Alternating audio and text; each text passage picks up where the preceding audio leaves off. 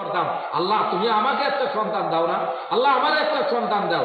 এই বলে তিনি এমনভাবে কান্নাকাটি শুরু করলেন, আল্লাহ তাআলা এক পর্যায়ে তার কান্নাকাটি পছন্দ করে তাকে সুসংবাদ দিলেন, ওগো হান্না, তুমি আজকে আমার কাছে এত পরিমাণে চাওয়া চাইছো, আমি তোমাকে সুসংবাদ দিচ্ছি, আমি অতি সত্বর তোমাকে সন্তানের মা বানাবো।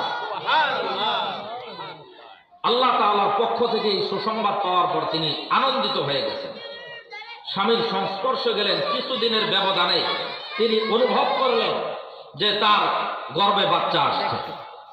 গর্ভের বাচ্চা অনুভব করার পরে তিনি শুকরিয়ার সেজদায় লুটায় পড়লেন, আল্লাহ কুদরতি পায়ে শুকরিয়ার সেজদা করলেন। সেজদা করার পরে দোয়া করতেছেন, আল্লাহ আমি তোমার কাছে সন্তান চাইছি, আর তুমি আমাকে সন্তান দেওয়ার সুসংবাদ দিছ। আজকে আমি প্রথম অনুভব করলাম যে আমার গর্ভে বাচ্চা এসেছে।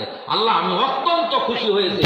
আমি খুশি হয়ে তোমাকে ওয়াদা দিচ্ছি যে আমার এই সন্তান জন্মগ্রহণ করার পরে তাকে দিয়ে আমি দুনিয়াবি কোনো কাজ করব না, তাকে দিয়ে আমি আমার ব্যক্তিগত কোনো কাজ করব না, আমার সাংসারিক কোনো কাজে ব্যবহার করব না, বরং আমার এই সন্তান, যে সন্তানকে দিয়ে তুমি আমাকে সন্তুষ্ট করেছ, এই সন্তানকে দিয়ে আমি তোমার পবিত্র ঘর বাইতুল মুকাদ্দাসের খেদমত করায়া তোমাকে সন্তুষ্ট করব। হযরত হান্না বলতেছেন, রব্বি ইন্নী নাযারতু লাকা মা ফি বাতনি মুহাররারান ফাতাকাব্বাল মিন্নি ইন্নাকা আনতাস সামিউল